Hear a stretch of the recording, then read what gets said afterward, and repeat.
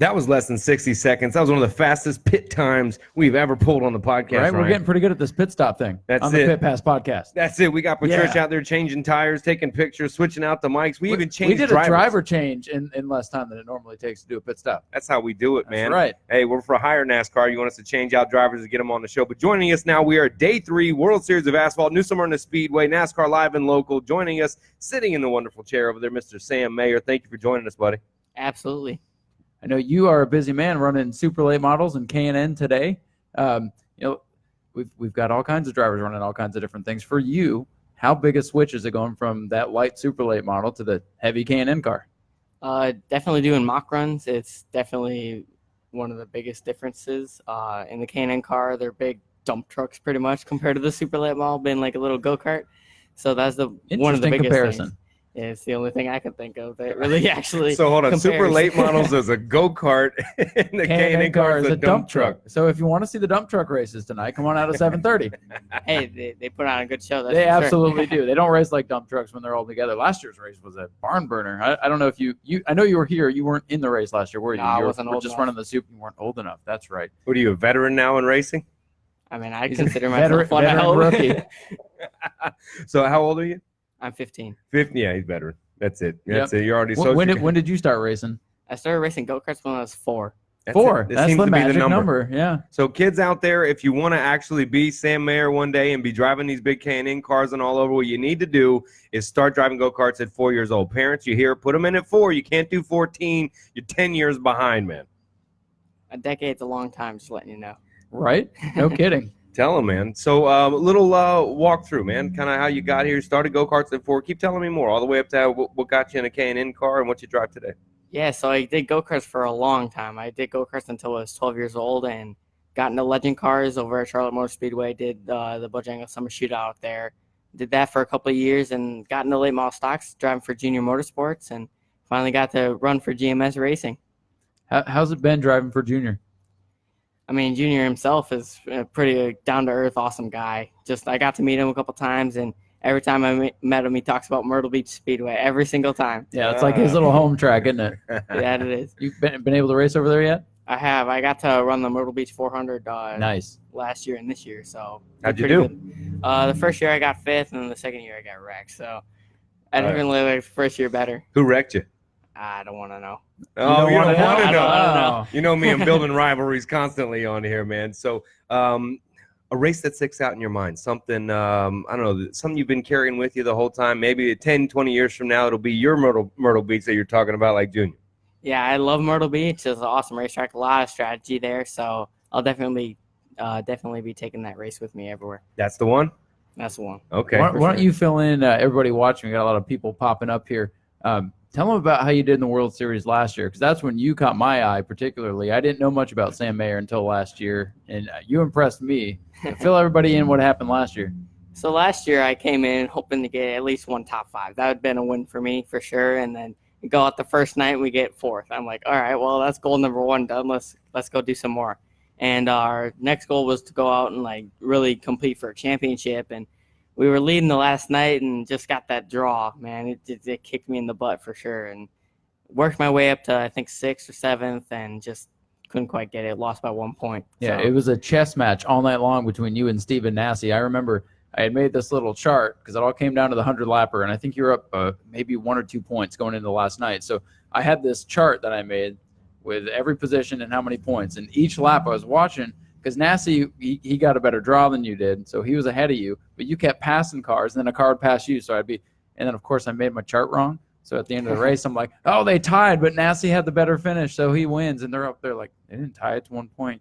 And I looked at my chart. So I made this chart to sound all smart, and I screwed it up. But, I mean, was it devastating to lose by 1 point, or did you – it sounds to me like you exceeded expectations. I mean, I definitely took it as a win. I mean, Absolutely. even competing for a championship out here, going against like people like Ty Majeski and Steven Nassie, I mean, those are amazing Harrison drivers. Burton? Yeah, absolutely. I mean, he goes out and win an ARCA race at Daytona. Just yesterday, yep.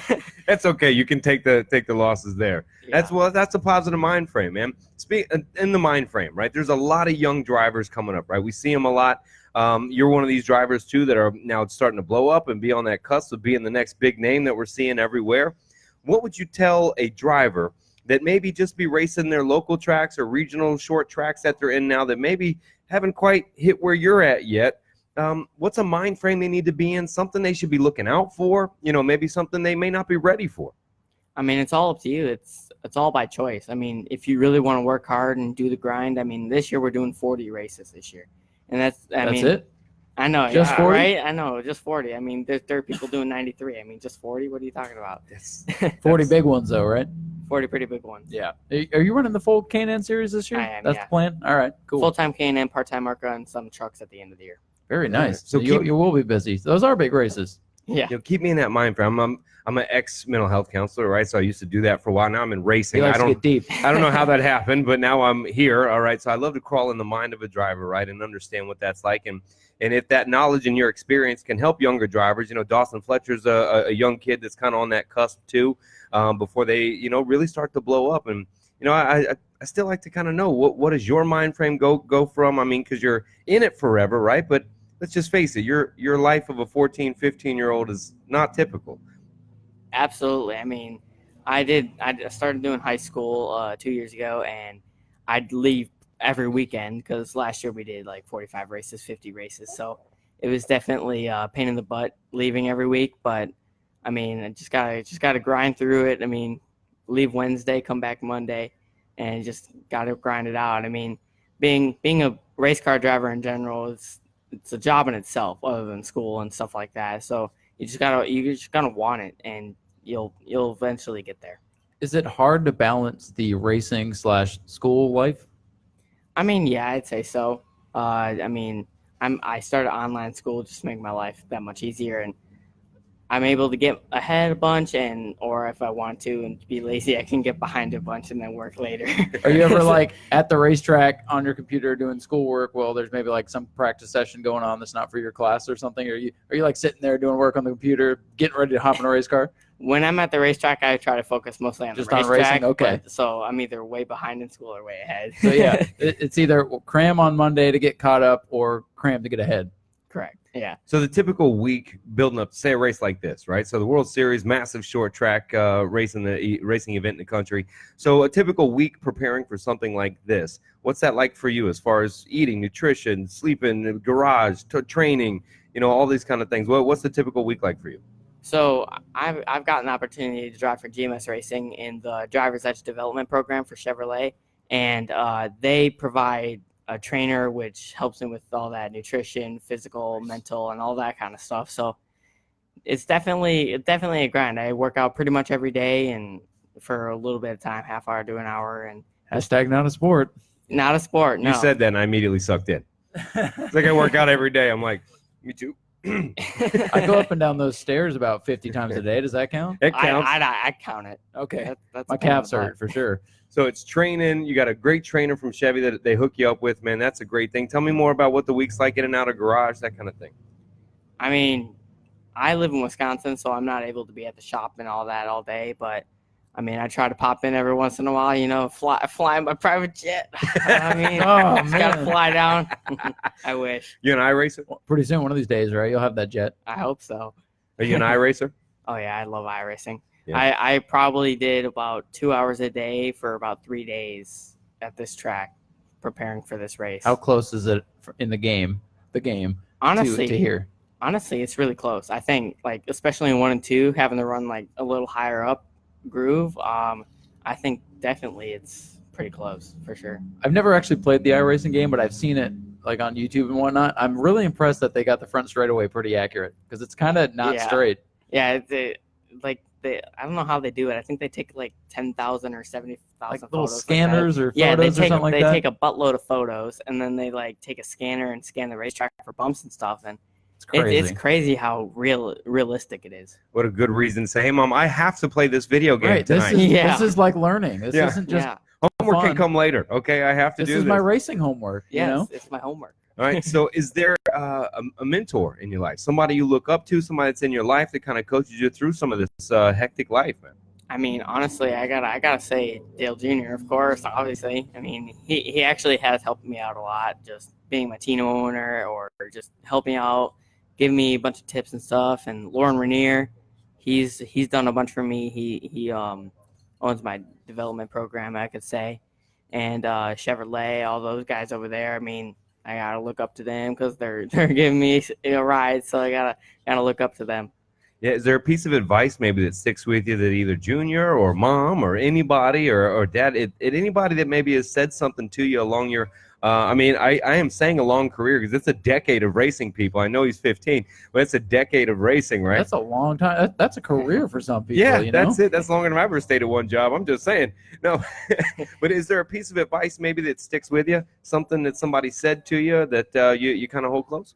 Work hard and play hard. That's the one thing I'd stick with me, just because I consider it like fun and playing, but it's also working. Like, I have to work really hard. Like I said, I have to work out pretty much every day, so I have to work and play. No, man, I'm going to try to bring us back in kind of in a local realm here with New Smyrna Speedway. What are some of, well, the tricks or the knowledge up your sleeve that you know about New Smyrna Speedway that maybe somebody that doesn't run it as much, you know, that as you have, or some, I don't know, new strategies you bring when it comes to New Smyrna Speedway, something you do to the car, something you do to yourself, or something you kind of hold up your sleeve that you're like, you know what, he only races here once a year. There's something they don't know. But so something like that. Open the playbook up for us. I'd consider myself a newbie here. Like, I've only You done, got a whole World Series under your belt, man. I know, That's but more than a lot of these K&N guys have. That's I guess for sure. so, but I mean, overall, it's 1 week compared to, I mean, Ty Vanjeski's probably been down here 5 times. So, Yeah. I mean, honestly, I've learned a bunch of stuff from all those guys, and I'd say just save your stuff for the end of the week. Honestly, especially like in the super late model stuff, if you use your stuff up early, you're either not going to be here at the end of the week or you're not going to be running well at the end of the week. Now, have you learned anything from your super late model experience that can translate to these big, heavy K&N cars? The dump trucks? The dump, The yeah, dump the dump trucks. trucks. I mean, just line wise, they're about the same. Other than in qualifying, I'd consider them about the same line wise. So, I mean, that's the biggest thing I'd take from it. See, I was talking to your fellow competitor, Anthony Sergi, yesterday, and he was talking to me about these cars and how it's kind of like it's the same-ish motor as a super late model, but since it's so heavy, it kind of runs like a pro late model. Do you have any experience with those type cars? I jumped right into a super, Jumped so right I don't into a really know super? how pros are. My bad. oh, excuse me. My bad. No, I love that. Right into Superman. You're a go-getter, Sam. There's a lot of people commenting here that you're already a star. Some shout-outs from Wisconsin. A lot of people shouting out from Wisconsin up here. Awesome. They've been tuning in on the show all week. Wisconsin is representing this year. For Well, the it's World not like they're Series. outside right now. Right? They Yeah. want to get down here. Yeah, we Even have though nowhere it's else to raining, go. they're still having better weather. Yeah, what's that say about our show, though, Ryan? They're like, yeah, we ain't got nothing else to do, so we'll watch, man. I guess we're not that bad. No, yeah, we're in, That's right? definitely the guess. As long as we have guys like Sam on the show. That's right. Yeah, and it's not just us, man. Well, Sam, before we let you get back out there for, I know you got a lot of maybe prep to do, something to get in. I appreciate you joining us. Before you walk out of here, just a lot of hi moms. Don't forget them, hi sponsors, where people can find you, social media, the whole nine.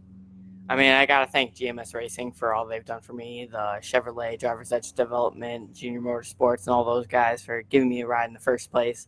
I got to thank my dad for paying for a bunch of it. So you definitely got a big shout out for him, and my mom and my sister for supporting me, and everyone on the team over in the K&N deal, and everyone over at the Super Late Model deal. So I got to thank them. Oh, beautiful. I think you need to thank your fans too here, brother. They are loving you, man. They're calling you a great wheel man right here. People tuning in on you. I mean, it's been a pleasure to sit with you, Sam, and chat with you. Heck yeah, it's been awesome. Absolutely, man. Thank you so much for your time today, and good luck tonight and the rest of the week. Thank you. Thanks a lot. Thank you, everybody, for tuning in. I told you we'll be right back. We were waiting on also Ruben Garcia to join us. We also got a word in. We may have Haley Deegan up here in a little bit, so stay tuned with us. NASCAR Live and Local New Smyrna Speedway. The voice of New Smyrna Speedway, Ryan Stevens, and myself will be here all day broadcasting. We have a special broadcast going live at 5. Now, I got a secret. So we have a special broadcast going live at 5. We also have a fan broadcast that we're going to do at 7 o'clock. So if you're one of the fans coming in at 7 o'clock tonight, we will be live broadcasting here. Rusty and I will be sitting down, and we want to talk to you. So as you're a fan coming to New Smyrna Speedway to the K&N Pro Series East at New Smyrna Speedway today, when you come in, come up, sit down. You can sit in the same seat that the great wheelman Sam Mayer sat in, and we can chat with you and talk about your experiences. So that'll be at 7 as you're walking in. We go live at 5 with another special broadcast. We have tons of track owners here. So we're going to sit with some short track owners across the country, talk to them about their experiences, and stay tuned until then. Like we said, should have Ruben Garcia Jr. up here, as well as Haley Deegan we're working on here in the next hour. They're working on getting the track dry from all the rain. The good news is, Adam, look, the sun. That's the sun. There it is. Well, It's the sun's back, coming out. We had them lined up, so they started drying the track right when they were going to come over. Thank God you crossed over, and we got Sam in. So stay tuned. We will be live all day here at New Smyrna Speedway. You never know who we might have next. That's right. You won't know. Stay tuned, everybody. World Series of Asphalt, Day 3, K&N Pro Series East. See you at the races.